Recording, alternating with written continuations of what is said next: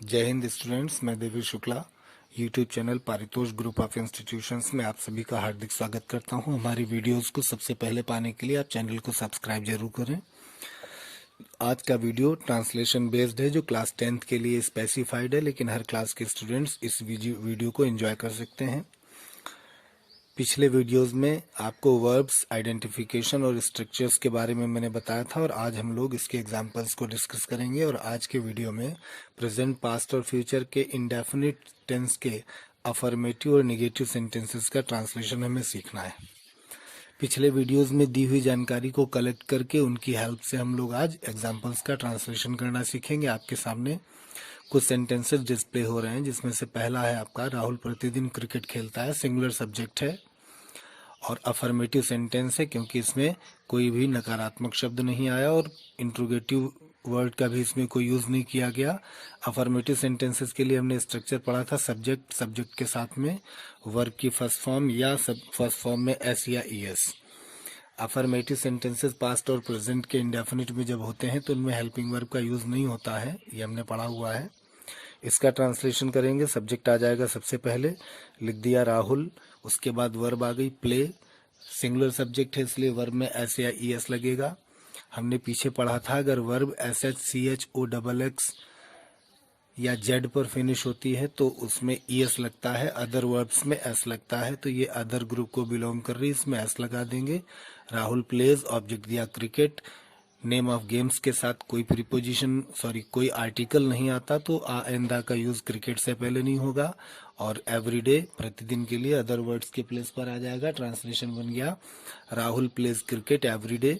Next example हमारा मेरे मित्र समय पर स्कूल आते हैं। ये प्लूरल सब्जेक्ट का सेंटेंस है और इसमें वर्ब कम लगी हुई है। कम और गो दो ऐसी वर्ब्स हैं जिनके बाद जनरली दो प्रीपोजिशन आते हैं, टू और फ्रॉम। तो कहीं आने के लिए टू का यूज करते हैं और कहीं से जाने के लिए से के सेंस में हम लोग फ्रॉम का यूज करते हैं। इसका ट्रांसलेशन बन जाएगा my friends come to school in time. समय पर एक शब्द समूह होता है समय पर, इसके लिए इन टाइम का यूज करा जाता है। नेक्स्ट एग्जांपल है हमारा वह प्रातःकाल मंदिर जाता है। सब्जेक्ट सिंगुलर है इसका। और अगर आप देखें इसमें और ऊपर के दोनों सेंटेंसेस में जो हिंदी वर्ब है वो हा पर फिनिश करती है और हा इंडिकेट करता है प्रेजेंट टेंस को। और इससे पहले तीनों में दा आया हुआ है और दा रेफर करता है इंडेफिनिट टेंस को, मीन्स ये प्रेजेंट इंडेफिनिट है। और इस सेंटेंस का सिंगुलर सब्जेक्ट है, वर्ब गो आई है जो ऊपर खत्म हो रही, तो इसमें ईएस लगेगा। ट्रांसलेशन बनेगा he goes to temple in morning. ध्यान देंगे मॉर्निंग और इवनिंग इनके साथ दा जरूर लगता है। In the morning, in the evening phrase की तरह यूज किया जाता है। ट्रांसलेशन बना he goes to temple in the morning. कुछ प्लेसेस होते हैं उनका यूज अगर उस लिए किया जाए जिसके लिए उनको बनाया जाता है तो उनसे पहले कभी भी आर्टिकल दा का यूज नहीं करते। जैसे टेम्पल होता है, कोर्ट होता है, हॉस्पिटल होता है, स्कूल कॉलेजेस होते हैं, इनसे पहले दा नहीं लगता अगर इनका यूज उसी सेंस में होता है जिसके लिए ये होते हैं। नेक्स्ट सेंटेंस देखें, मैं गीत गाता था पास्ट टेंस को इंडिकेट करता है, इससे पहले ता आता है और ता इंडेफिनिट टेंस बनाता है, दोनों मिले तो पास्ट इंडेफिनिट बना। और इसी को ऑब्लिक करके लिखा गया है मैंने गीत गाया। हमने पढ़ा था अगर सेंटेंस के लास्ट में हा प्रेजेंट टेंस के लिए, था पास्ट टेंस के लिए और गा फ्यूचर के लिए तीनों नहीं होते तो वर्ब आ ई ए पर खत्म होती है और ऐसा सेंटेंस श्योरली पास्ट इंडेफिनिट का होता है। तो ये भी पास्ट इंडेफिनिट है और अफर्मेटिव है। पास्ट इंडेफिनिट अफर्मेटिव के स्ट्रक्चर में हमने सब्जेक्ट के साथ वर्ब की सेकंड फॉर्म पढ़ी हुई थी, तो इसमें उसी के अकॉर्डिंग सेंटेंस का ट्रांसलेशन कर लेंगे। सब्जेक्ट आ गया आई, सेकंड फॉर्म लिया सैंग, सिंग सैंग संग होता है थर्ड फॉर्म में, सेकंड फॉर्म यूज करी हमने सैंग और ऑब्जेक्ट दे दिया आ song, I सैंग a song. Next example हमारा आएगा गरिमा अपने कपड़े धोएगी। गागीगे फ्यूचर टेंस और जनरली फ्यूचर इंडेफिनिट टेंस बनाता है, तो ये फ्यूचर इंडेफिनिट टेंस है क्योंकि इसमें गागीगे से पहले कोई स्पेसिफाइड कैरेक्टर नहीं आया जो टेंसेस को डिफाइन करता है।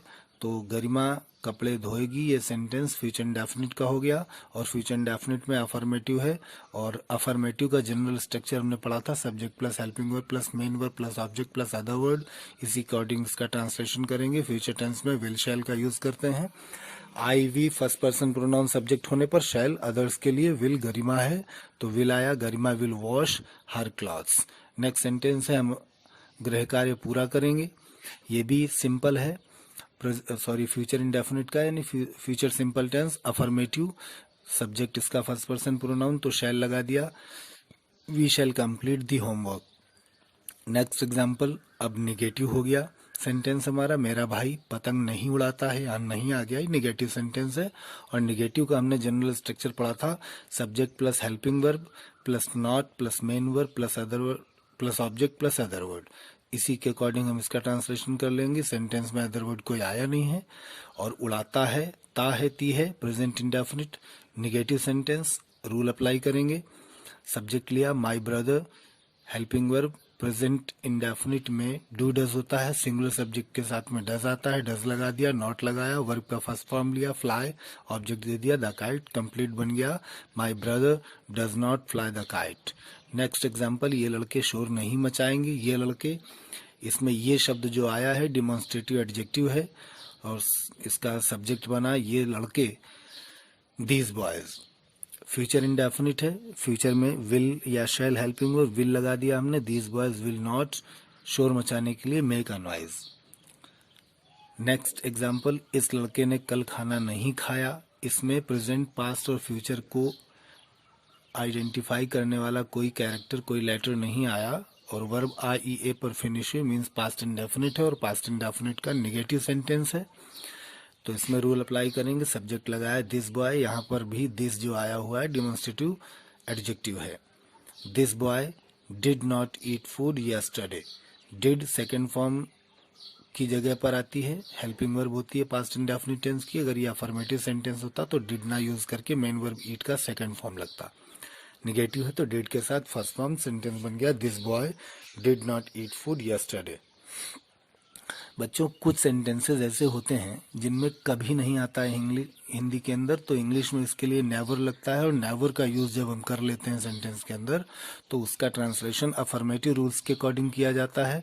और पास्ट और प्रेजेंट के सेंटेंसेस में अफर्मेटिव में हेल्पिंग वर्ब यूज नहीं करते, इस चीज का ध्यान रखेंगे। अगर कभी नहीं आता है सेंटेंस के अंदर तो उसके ट्रांसलेशन में हेल्पिंग वर्ब यूज नहीं करते, अफर्मेटिव रूल्स के अकॉर्डिंग उसका ट्रांसलेशन किया जाता है। तो ये एग्जाम्पल आप देखें, वह कभी झूठ नहीं बोलती है, बोलती है मीन्स प्रेजेंट टेंस, ती इंडेफिनिट, प्रेजेंट इंडेफिनिट में अफर्मेटिव सेंटेंस, नेवर के साथ इसका यूज करेंगे तो बन गया सेंटेंस का she never tells a lie. Next example, हम कभी उर्दू नहीं बोलते हैं, ये प्लूरल सब्जेक्ट के साथ प्रेजेंट इंडेफिनिट है, और निगेटिव सेंटेंस है कभी नहीं वाला, तो इसमें नेवर लगेगा, विदाउट हेल्पिंग वर्ब इसका ट्रांसलेशन करेंगे, सेंटेंस बन जाएगा we never speak Urdu, object है उर्दू, बिना हेल्पिंग वर्ब के वी के साथ में V1 ले लिया हमने, first form of the verb speak, और नेवर लगा दिया।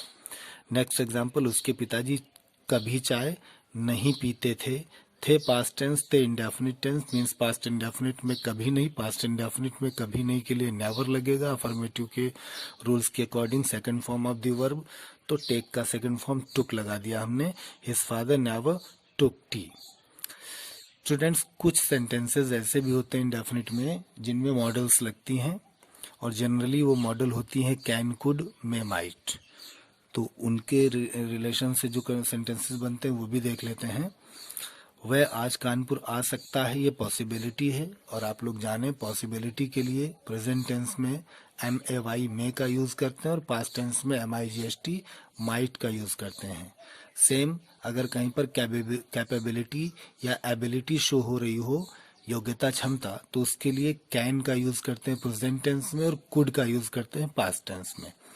आज वह कानपुर आ सकता है, ता है प्रेजेंट इंडेफिनिट, और सकता है मीन्स सकना, सकना के लिए कैन या मे का यूज प्रेजेंट में, कुड या माइट का पास्ट टेंस में करते हैं। यहाँ प्रेजेंट टेंस में पॉसिबिलिटी है तो मे का यूज करा, ही मे कम टू कानपुर टुडे, तुम अंग्रेजी बोल सकते हो, यहाँ पर एबिलिटी है, और एबिलिटी के लिए कैन लगाते हैं, सेंटेंस का ट्रांसलेशन बन गया यू कैन स्पीक इंग्लिश। हम कल मिल सकते थे, पास्ट टेंस में पॉसिबिलिटी, तो माइट का यूज करेंगे, we might meet yesterday. Raveena यह संदूक उठा सकती थी, कैपेबिलिटी इन पास्ट टेंस, इसके लिए कुड का यूज करेंगे, कैन का पास्ट फॉर्म होता है, Raveena could lift this box. अगर यही स्ट्रक्चर मीन्स सकना फ्यूचर टेंस में आता है तब उसके लिए क्या करते हैं आप जानें। फ्यूचर टेंस में अगर सकना वाला स्ट्रक्चर आता है तो इंग्लिश ट्रांसलेशन में इसके लिए बी एबल टू के साथ first form of the verb का यूज करते हैं। एग्जाम्पल देखिए, वह भरपेट भोजन कर सकेगा। गा मीन्स फ्यूचर इंडेफिनिट और उसमें लगा दिया सकना, तो वेल शैल के साथ बी एबल टू का यूज करके ट्रांसलेशन बनाएंगे। सेंटेंस बनेगा आपका he will be able to have ample food. वह भरपेट भोजन कर सकेगा, भरपेट भोजन के लिए एम्पल फूड लगता है। He will be able to have ample food. बच्चे मैदान में खेल सकेंगे, फ्यूचर इंडेफिनिट में सकना। The children will be able to play in the field. Next है अब हम अंग्रेजी बोल सकेंगे, ट्रांसलेशन बनेगा now we shall be able to speak English. बच्चों आशा करता हूँ आपको वीडियो अच्छा लगा होगा और कुछ सीखने को मिला होगा, तो आप लोग इससे सीखें। कोई प्रॉब्लम आती है तो मुझे कमेंट सेक्शन से बताएं या मेरे नंबर पर कॉल करके मुझसे जानकारी ले लें। और आप तीनों टेंसेस के इंडेफिनिट के अफर्मेटिव सेंटेंसेस और नेगेटिव सेंटेंसेस की एक्सरसाइज ज़रूर करें। In case of any problem and query just contact me. जय हिंद।